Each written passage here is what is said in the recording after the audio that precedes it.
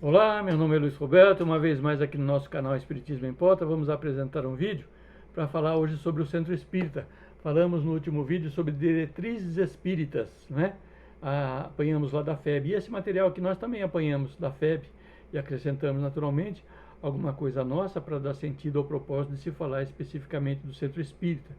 Nós já devemos ter falado em algum outro vídeo aí especificamente, ou em um passant, sobre o Centro Espírita, mas é sempre bom renovar a nossa própria memória do que deva significar o Centro Espírita para os espíritas, um local de encontro entre encarnados e desencarnados e entre os encarnados entre si, né? Numa programação adredemente feita por cada instituição espírita, com a finalidade de se realizar então a confraternização pelo esclarecimento e pelo trabalho contínuos, e principiar naturalmente o que de melhor o espírita pode fazer pelo espiritismo, que é divulgá-lo a partir da verbalização dos ensinamentos trazidos pelos espíritos, na interpretação dos ensinamentos de Jesus, em especial lá em O Evangelho segundo o Espiritismo, e na divulgação genérica de tudo aquilo que a espiritualidade trouxe através de médiuns e que foi codificado por Allan Kardec.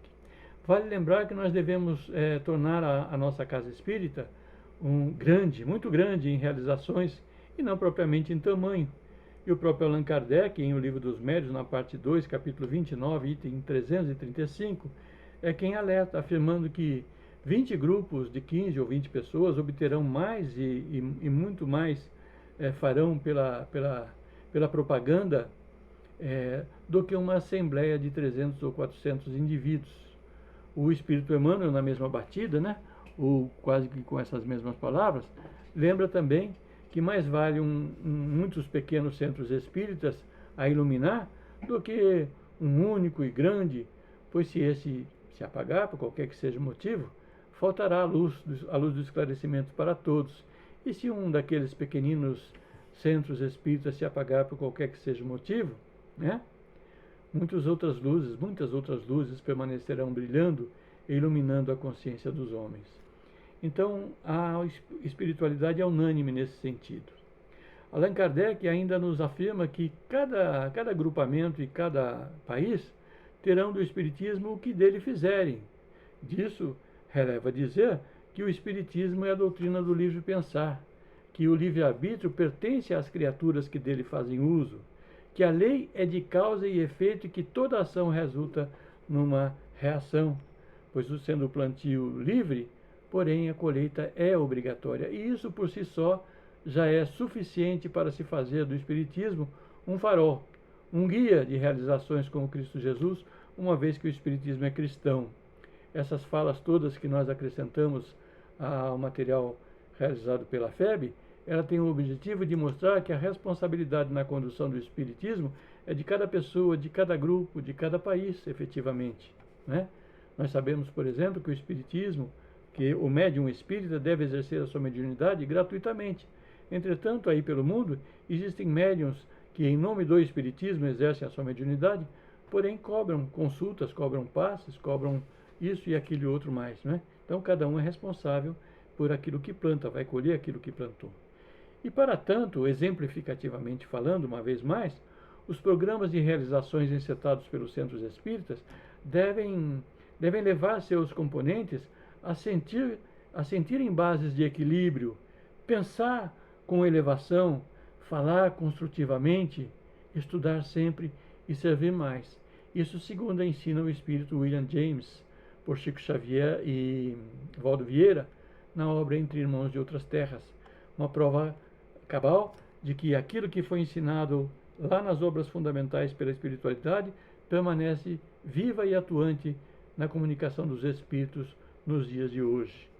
E para que isso se realize em cada agrupamento espírita, não se pode deixar de manter o espírito de irmandade, de confraternização e de compreensão, estabelecendo então em cada lugar onde o nome do Espiritismo surja por legenda de luz, um grupo de estudo, ainda que miúdo, onde as obras fundamentais do Espiritismo, então, trazidas pelos Espíritos através de médiuns e codificada por Allan Kardec, importante que isso seja sempre ressalvado para que não diga que foi Allan Kardec quem inventou o Espiritismo ou quem fundou o Espiritismo, sempre à luz do Cristo Jesus,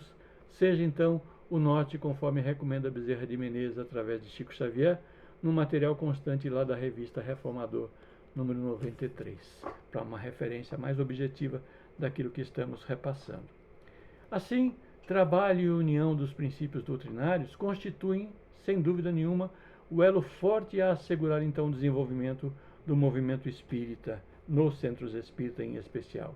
Importante, então, a permuta de informações e esclarecimento entre os centros espíritas.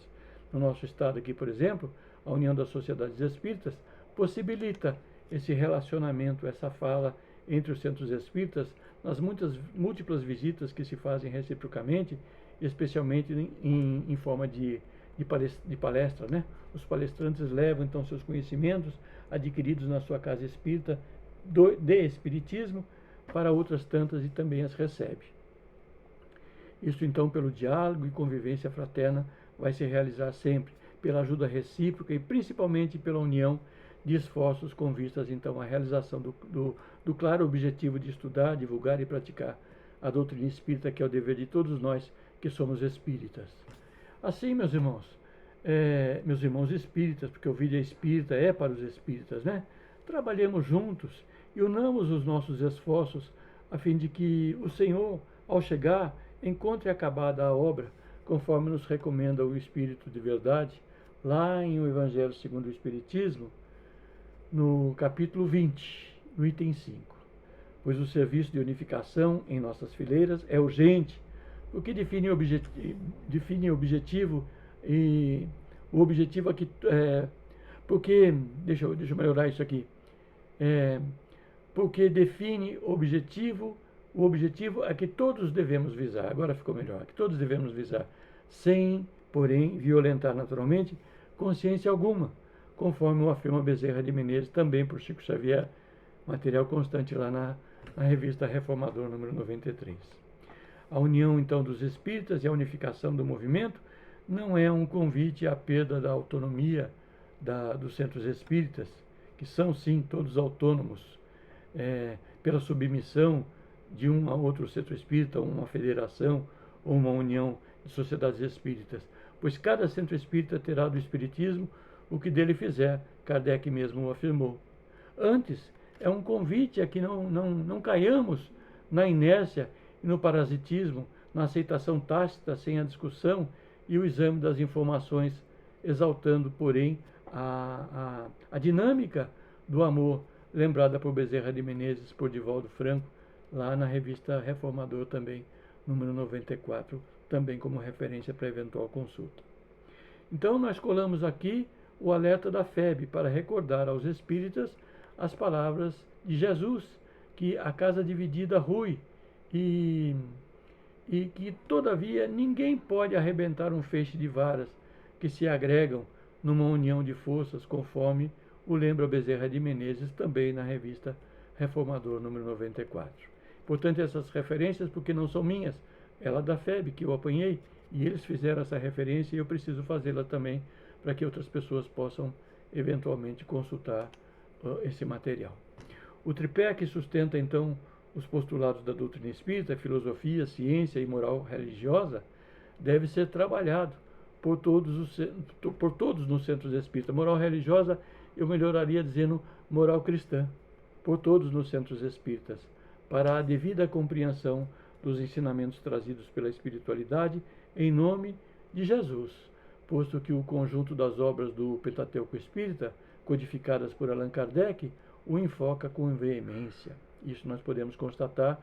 pela simples leitura da obra e análise, naturalmente, posterior do seu conteúdo. Agindo assim, então, os dirigentes dos centros espíritas favorecerão a espiritualidade que encontrará, então, nos espíritas de cada centro, valiosos instrumentos para mais e melhor divulgação dessa doutrina libertadora que é o Espiritismo. E para nós encerrarmos, lembremos Paulo de Tarso ao afirmar: tudo posso, mas nem tudo me é lícito, apreendendo então o que de melhor encontramos em tudo sem preconceito e sem preguiça, em se adquirir novos saberes, fazendo então a doutrina espírita cada vez melhor em nós, por nós e para nós, não é? Você curta aí o nosso vídeo, se você quiser curtir naturalmente, mas nós sempre fazemos esse pedido para que ele possa ter na interpretação do YouTube mais possibilidade de divulgação. Curta, comente, compartilhe nossos vídeos então com seus amigos espíritas, em especial com os dirigentes dos centros espíritas, para que esses então bem cumpram suas tarefas, inclusive formando dirigentes para o setor jurídico da casa e para o setor doutrinário propriamente, bem como para as demais atividades sociais e assistenciais muito próprias do espiritismo nos centros espíritas. E vamos adiante, sempre adiante.